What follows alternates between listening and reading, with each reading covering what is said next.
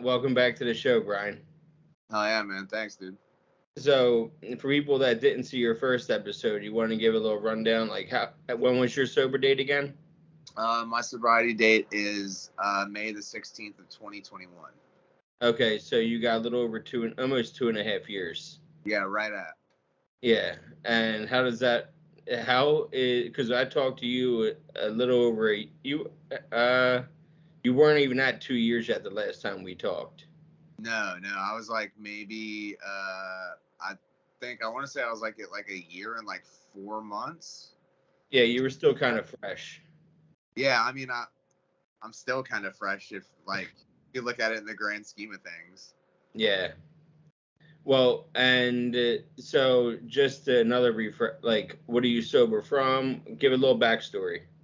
Okay, well, I don't know, man. I was kind of like a garbage pail kid, and like what I mean when I say that, like I would like pretty much do anything, but heroin and crystal meth were by far my drugs of choice. Yeah. And were you ever homeless at all, or did you have like were you able to keep a job or? Oh no, none of that. No, I was like what like to refer to as a career homeless. I specialized in homelessness. Like there for me, it was like a complete like failure to launch. Like I left like my mom's house and just like went straight to the street. And you grew up down south, right? So you can actually be homeless longer than people like Boston, where you have the harsh winters. Yeah. I mean, you got to be pretty crafty about it, but like you have a little bit more freedom, I guess if you could call it that, to move around and whatnot. Like it's not like Charleston's really densely populated, but like you can get away with like finesse and like living at like truck stops or like rest areas, or like in the woods if push comes to shove, because we have wooded areas like that. I mean, it's obviously not ideal living because I don't live like that anymore. If it was great, I would still be doing it. But yeah, it's not like it's not as hard as it would be, somewhere else where like, like if you're living like somewhere like in a city where like people are constantly patrolling, there's always cops, you know what I'm saying? But I mean, yeah, it still sucked. Being homeless, how are you supporting your habit? Because having a habit isn't a cheap thing. Oh man, what way wasn't I supporting my habit? A lot of scams. I was like what we like to call a receipt shopper.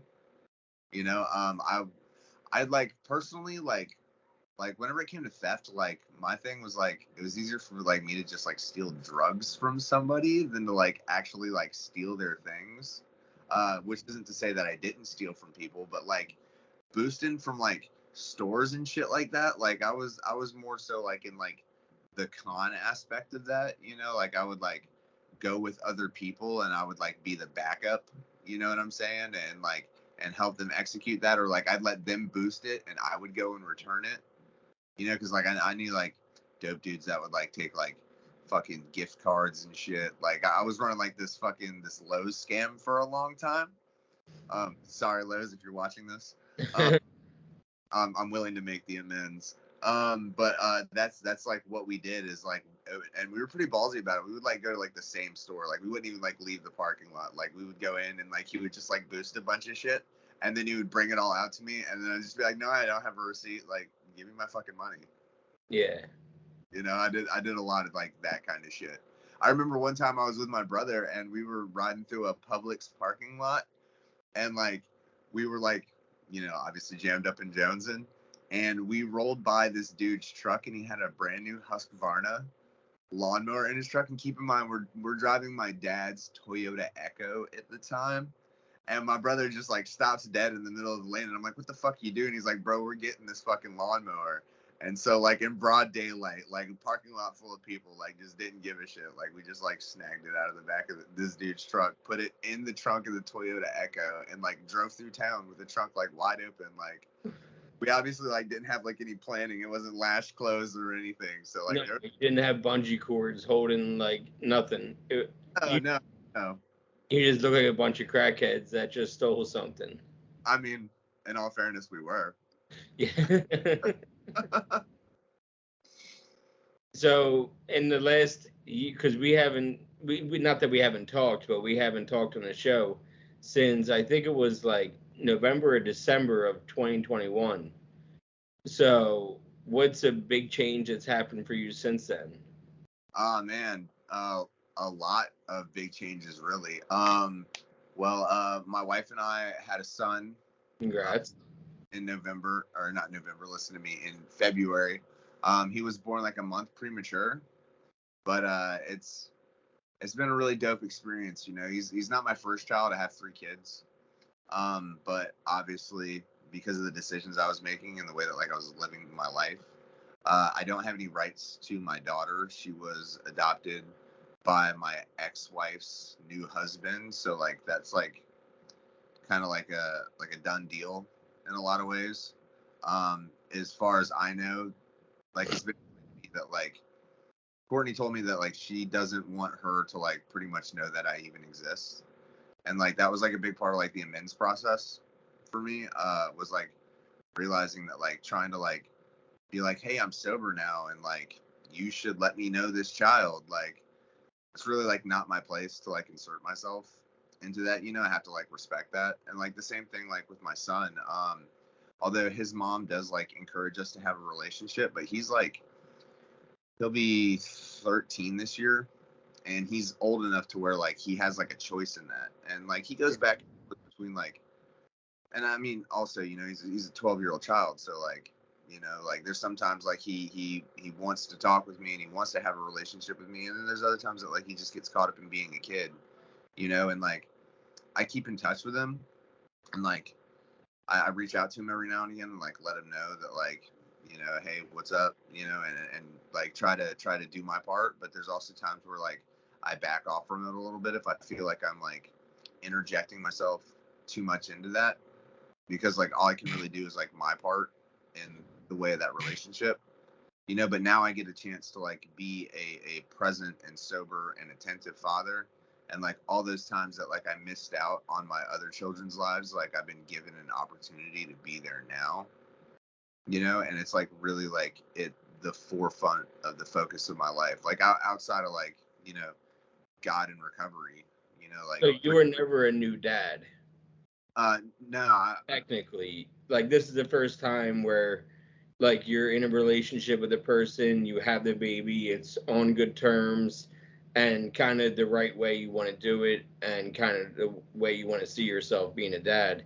The other times, the first time you lost your rights like right away, I assume it sounds like you it, didn't even have a chance. the other way around. It was like with my son. I mean, I fucked it up pretty much the same way both times, and like I probably didn't have like the best or like clearest motives at the time for it.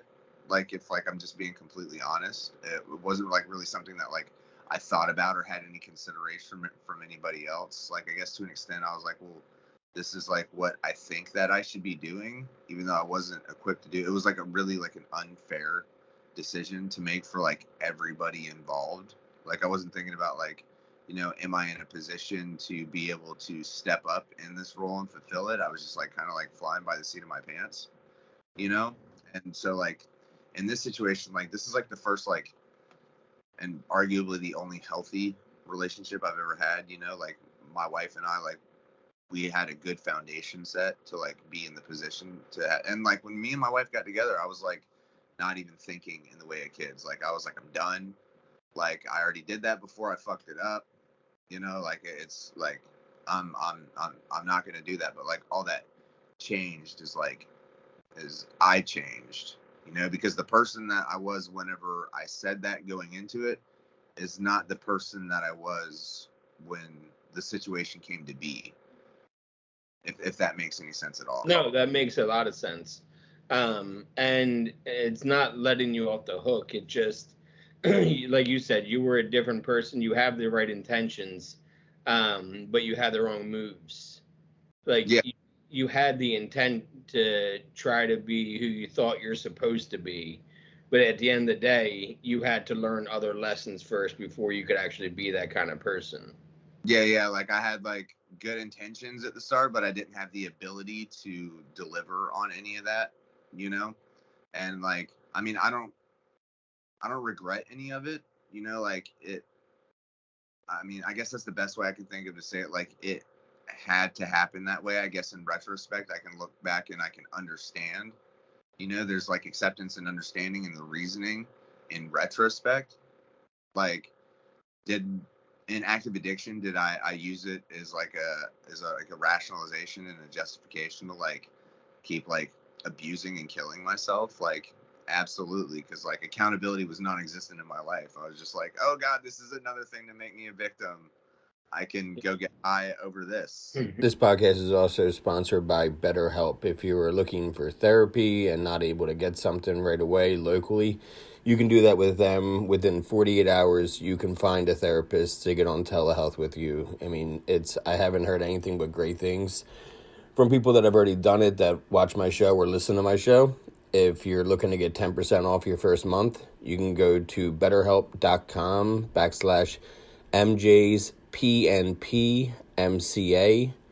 That is betterhelp.com/MJsPNPMCA. We're talking about right action, wrong move. That's there's a comedian, Chris DiStefano, that I like a lot, and he always talks about his dad having the right intentions but the wrong moves. And like, you had the right intentions at the beginning of both of them, but at the end of the day, you weren't ready to not be an addict. You weren't ready to be clean and sober yet. Yeah, and then I wouldn't be for years and years and years after that.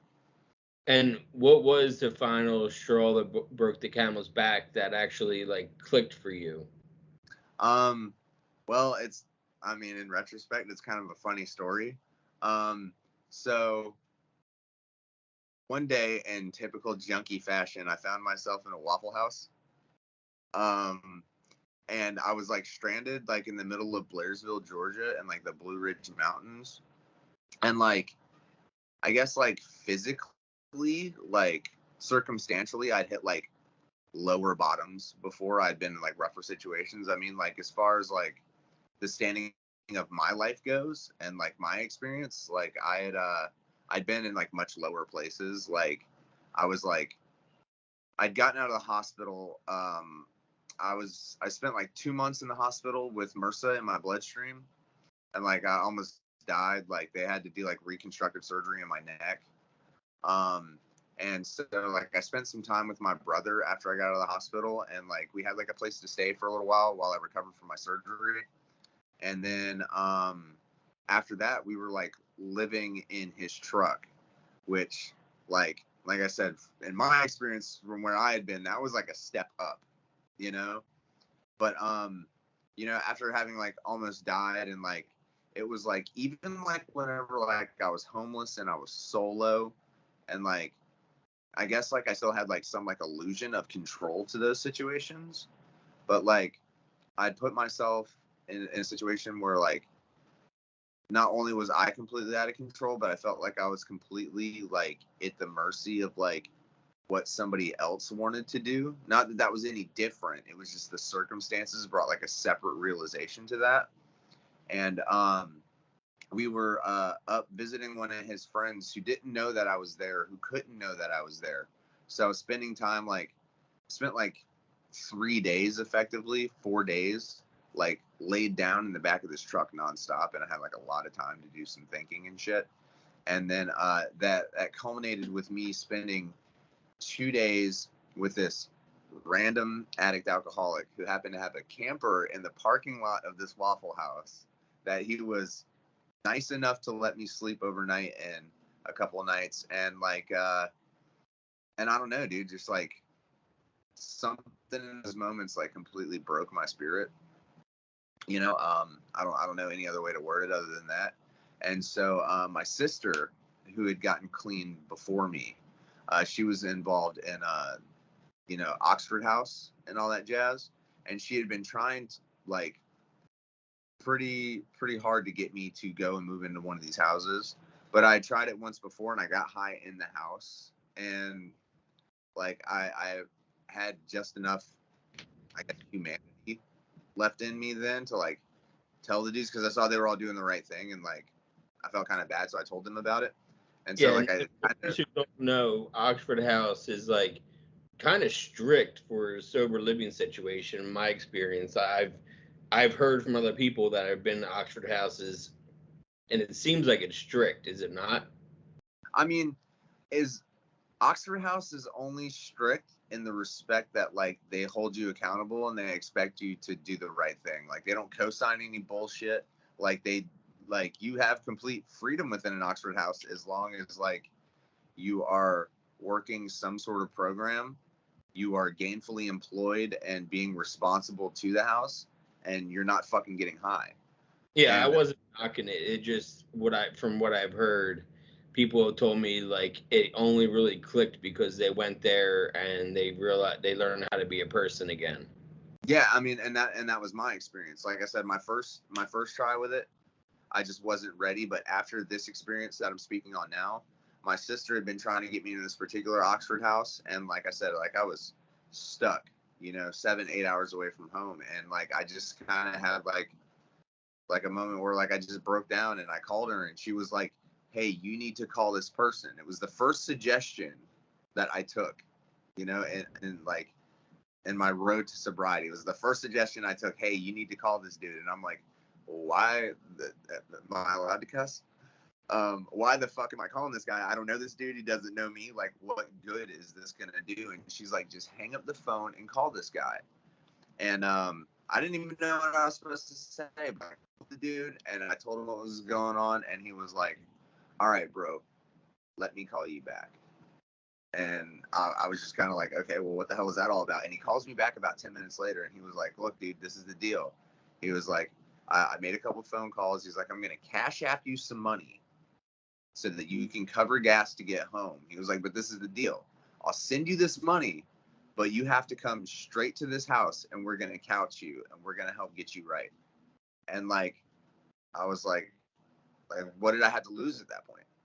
Like, I didn't know that, like, it wasn't in my mind, like, I'm going to get sober and I'm going to fix my life.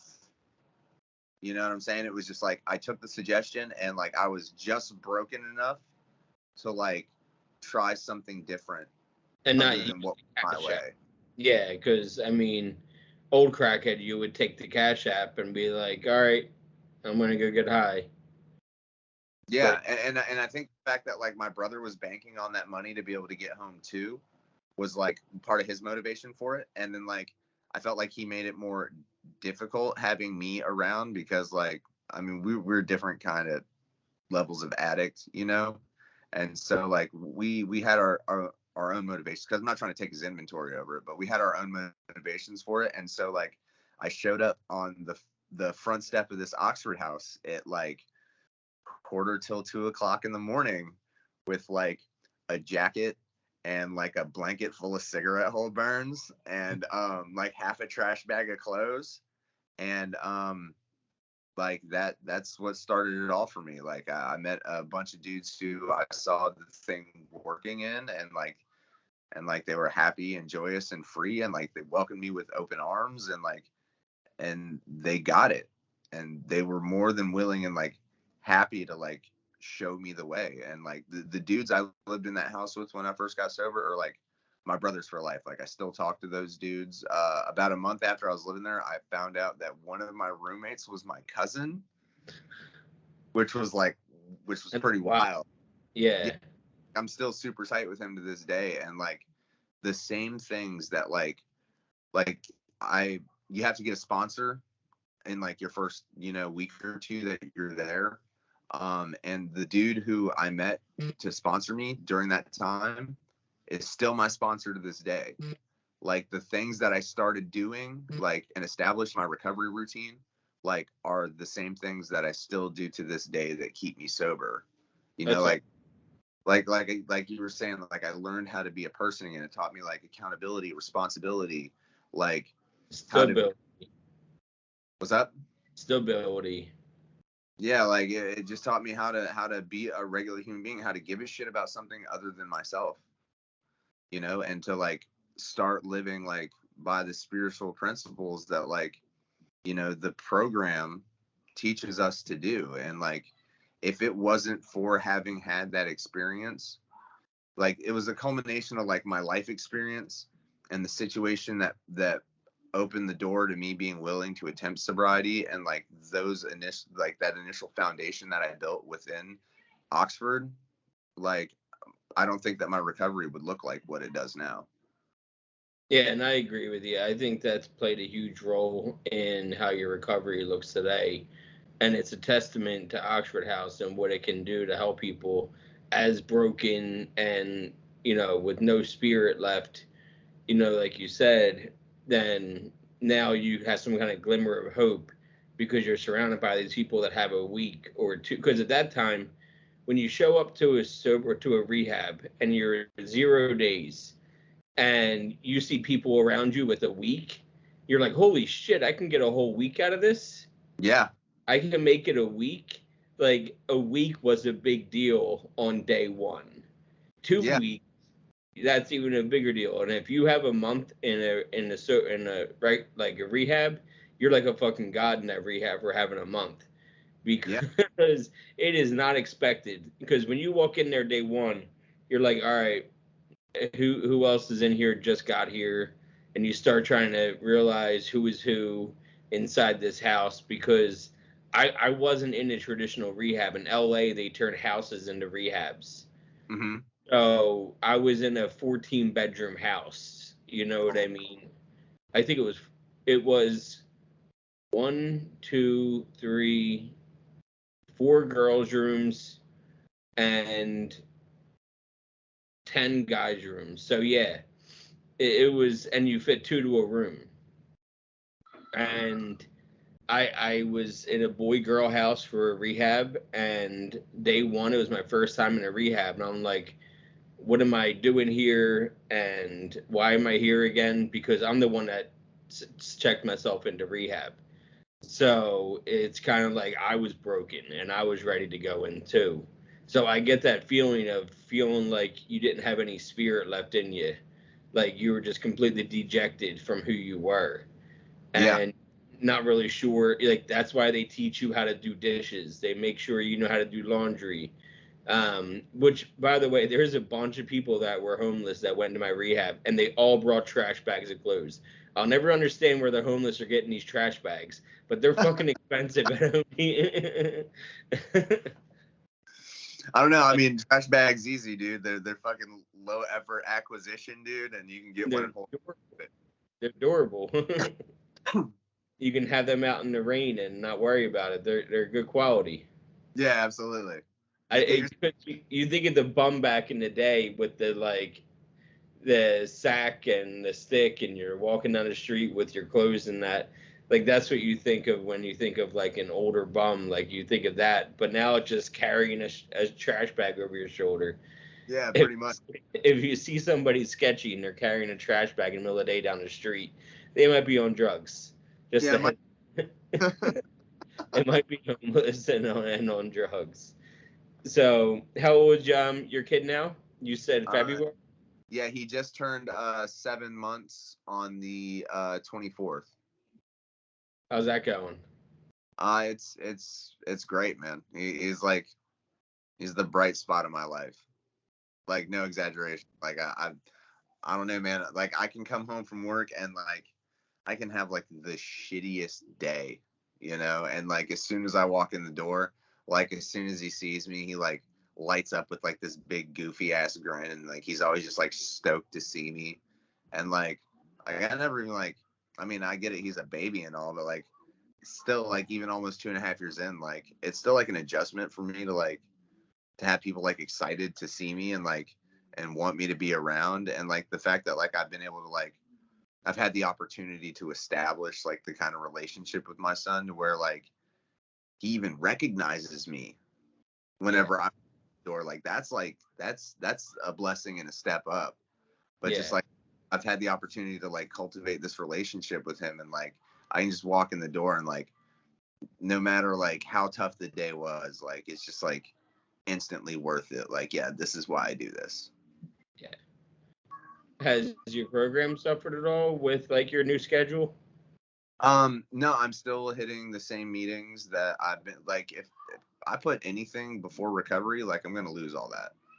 Yeah, It's funny, like do I need to like sponsor more guys. Like, I mean, yeah, you always need to sponsor more dudes, but like whenever I got into Oxford, like one of the first friends that I made in that house, he was like the first dude who like made like sobriety seem cool to me. You know what I'm saying? Like he was having fun. He got me my first sober job in Oxford. He really like plugged me into things. He took me to the meeting where I met my sponsor at, you know, and like I always felt like big like debt of gratitude to him. You know what I'm saying? And like there's been many times that like since like he moved to a different Oxford house and like he's like kind of like a pillar in the Oxford community and eventually branched out and like moved out on his own, that like I've been like, damn dude, like how am I ever gonna be able to like repay this dude? And so like one day I'm in a meeting and I'm there and I'm picking up my 2 years, and he happens to be in that meeting and he's picking up 3 years, and he's talking about how like he's kind of fallen off on working the program and like, you know, something that he wants to get back on. So afterwards we find ourselves fellowshipping afterwards, and like I was like, dude, who's sponsoring you right now? And he's like, I don't have a sponsor right now. And I said, oh really? And he was like, well, what's up, bro? Do you want to sponsor me? And so here's this dude who has a year more time than I do, who like really like helped me out in a bigger way than he ever knew possible, like affected great change in my life. And then like all this time later, like now like I have the opportunity to be able to be of service and to help him. Yeah. You know, I mean, matter how much time. It doesn't. You just need somebody to talk to. It doesn't matter how much time you have that will, you know, you just need somebody you can trust, that you can openly talk to and be honest with. And that's all that really matters, whether you have a year less than him or 5 years less than him. In my opinion, it doesn't, you don't need to have more years to be a sponsor. You just have to have the good intentions and be able to show up when you're needed and answer the phone when you're needed. And that's, in my opinion, what a sponsor. Hey, let's go to meetings together, like that kind of shit. Like kind of, it's a bonding experience. So it's good. It's a good thing that he is your sponsee now, because it gives you a chance to repay that debt that you weren't sure yet how you would ever do that. Yeah. It's mind blowing. Like my sponsor always likes to say, like, is it odd or is it God? You know what I'm saying? Like that wasn't like a coincidence. Like that was obviously planned by something greater than me, because like I couldn't have orchestrated that, you know, in any way possible. It was just like, you know, you can call it fate, you can call it whatever, you know, like that was, I don't know, that's something that was like the culmination of events that took place like 2 years before, man. And like that's like part of like what I love about like having like a conscious relationship with like my higher power, and like being able to be the person that, I mean, I'm always in progress, but the person that I was always meant to be, you know, is to like be able to have and experience those moments and like recognize them for what they are. Yeah, that makes total sense to me. Thanks again for coming back on and, you know, talking about the old stuff, but also the new stuff, because the new stuff is great, man. That's awesome that you got your kid. I know you still got your hobby. I can see it behind you. Oh yeah. Yeah, it's kind of taken off a little bit, man. I mean, I still don't. I mean, I'm an addict, dude. Like I enjoy the validation that comes from it. Like, let's just be totally honest. Like, yeah, it kind of feels good, you know what I'm saying? But that's like, it's not like really why I do it. It's just like nice to be able to like do your art and like have it appreciated. Now, what do you do again? I build, paint, and customize model kits from Japanese anime. As weird as that sound, I do model kits for Mobile Suit Gundam. I actually landed a sponsorship doing it, so I'm sponsored by like a hobby shop that's in Michigan. It's pretty all right, man. That's awesome that you can. No wonder why you needed a ring light for your nerdy hobby, as you called it. That's really cool though that you get to, have an art, because like this is my art. You know what I mean? Like this is my way of putting out content. Your way is building shit. My way is just talking about shit. Yeah, and see, like that's like, I know, like I think that there are points like in like recovery and sobriety where like the material things like do kind of intersect with other rewards in sobriety. Like, yeah, it's material shit. It's being able to like buy supplies and tools and like these model kits and stuff. But like to me, like whenever like I see this stuff, like it's like a certain benchmark of success in my life, because like the person that I'm able to be today, like old me couldn't have had any of this shit. A, I wouldn't have fucking had money to buy it. B, I wouldn't have cared about owning it. If I would have had it, I would have sold it anyway. You know what I'm saying? So like, it's kind of like a constant reminder of like some commodicum of like comfort and success in my life, because like I'm in a place where like I'm able to do it. And it's like something that like I liked doing whenever I was younger, but it was like I was never in a place where like I could really be like passionate about it and dive into it, and explore it as much as I was interested in it. Yeah. So like to me, like it's material shit, but like it's symbolic of a lot of other elements of like where I'm at in my life. And it's like, I mean, just like anything else in my life, dude, it's a gift from, my higher power. I choose to call it God. I don't have another word.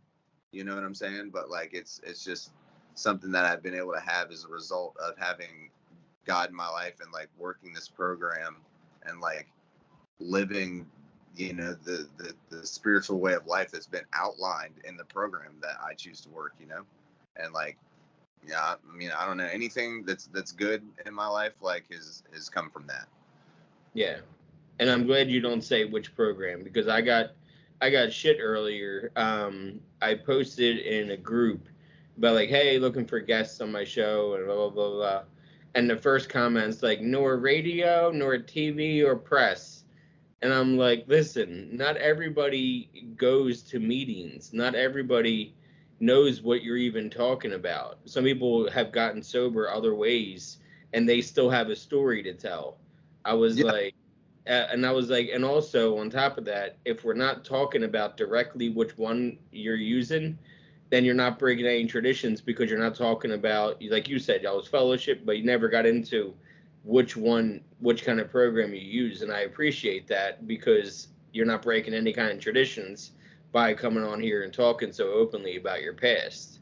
Yeah, because it's really like the way that it's been explained to me is like, whenever it comes to anonymity, like your anonymity is to do with what you want to do, whether you want to break it or keep it.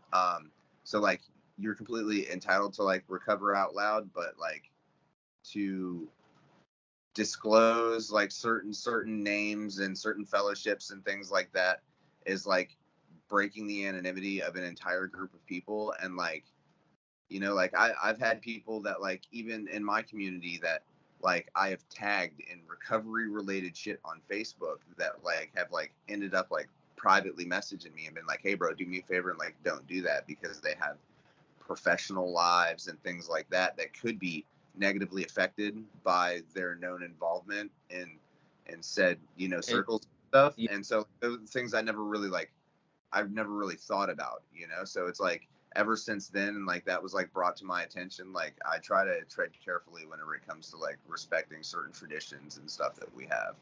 yeah, no, I appreciate that, and I appreciate, like I said, you coming back on. You're always a good guest, so I appreciate you coming on and chatting it up with me. No worries, man. I appreciate you having me on again, dude. All right, I'll talk to you later. All right, homie. All right, see ya. All right, bye.